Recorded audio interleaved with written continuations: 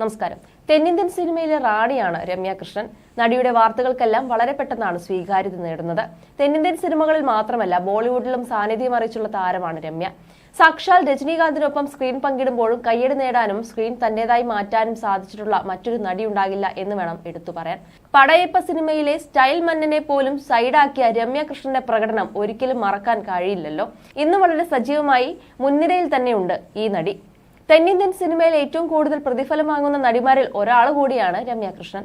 തമിഴിലൂടെയായിരുന്നു രമ്യ കൃഷ്ണന്റെ അരങ്ങേറ്റം. 1983 പുറത്തിറങ്ങിയ വെള്ളൈ മനസ്സായിരുന്നു ആദ്യ സിനിമ. പിന്നാലെ 1986 പുലരുമ്പോൾ എന്ന ചിത്രത്തിലൂടെ മലയാളത്തിലും എത്തിയിരുന്നു. അതേ വർഷം പുറത്തിറങ്ങിയ ഭലേ മിത്രൂലു ആയിരുന്നു ആദ്യ തെലുങ്ക് സിനിമ. കൃഷ്ണ രുക്മിണി ആയിരുന്നു ആദ്യ കന്നഡ സിനിമ. യാഷ് ചോപ്ര സിനിമയായ പരമ്പരയിലൂടെയാണ് രമ്യ കൃഷ്ണൻ ബോളിവുഡിലെത്തുന്നത്. ഒരേ സമയം തെന്നിന്ത്യൻ സിനിമയിലും ബോളിവുഡിലുമെല്ലാം സജീവമായിരുന്നു രമ്യ. മുൻനിര നായകന്മാരുടെ നായികയായി എല്ലാ ഭാഷയിലും രമ്യ തിളങ്ങി. 40 വർഷം നീണ്ടു കിടക്കുന്ന രമ്യയുടെ സിനിമാ കരിയർ പകരം വെക്കാനല്ലാത്തതാണ്.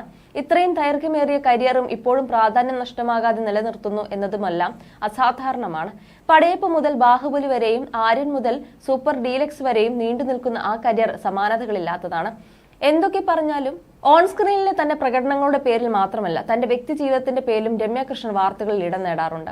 സംവിധായകൻ KS രവികുമാറുമായുള്ള രമ്യയുടെ പ്രണയം തമിഴ് സിനിമാ ലോകം കണ്ട ഏറ്റവും വലിയ വിവാദങ്ങളിൽ ഒന്നായിരുന്നു. ഇന്നെല്ലാം പഴങ്കഥയാണെങ്കിലും അക്കാലത്ത് വലിയ കോളിളക്കം സൃഷ്ടിച്ചതായിരുന്നു ആ പ്രണയം. 1999 KS രവികുമാർ സംവിധാനം ചെയ്ത പടയപ്പയുടെ സമയത്താണ് ഇരുവരും സുഹൃത്തുക്കളാകുന്നത്. രമ്യയുടെ കരിയറിലെ ഏറ്റവും മികച്ച കഥാപാത്രങ്ങളിലൊന്നാണ് പടയപ്പയിലേത്. പിന്നാലെ പാട്ടാലി, പഞ്ചതന്ത്രം എന്ന സിനിമകളിലും ഇരുവരും ഒരുമിച്ച് പ്രവർത്തിച്ചു. അധികം വൈകാതെ ആ സൗഹൃദം പ്രണയത്തിന് വഴിമാറുകയായിരുന്നു. എന്നാൽ ഈ സമയത്ത് രവികുമാർ വിവാഹിതനായിരുന്നു.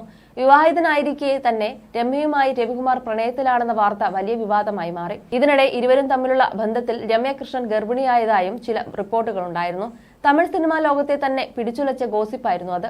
രമ്യ ഗർഭിണിയായതോടെ രവികുമാർ ആ ബന്ധം അവസാനിപ്പിക്കാൻ തീരുമാനിച്ചുവെന്നാണ് റിപ്പോർട്ടുകൾ.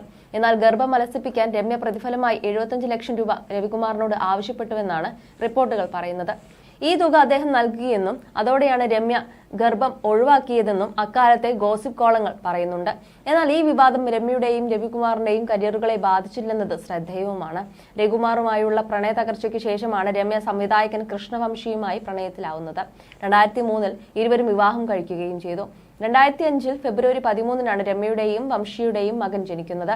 ഋതിക് വംശി എന്നാണ് മകൻ രമ്യയും വംശിയും പേര് നൽകിയിരിക്കുന്നത്.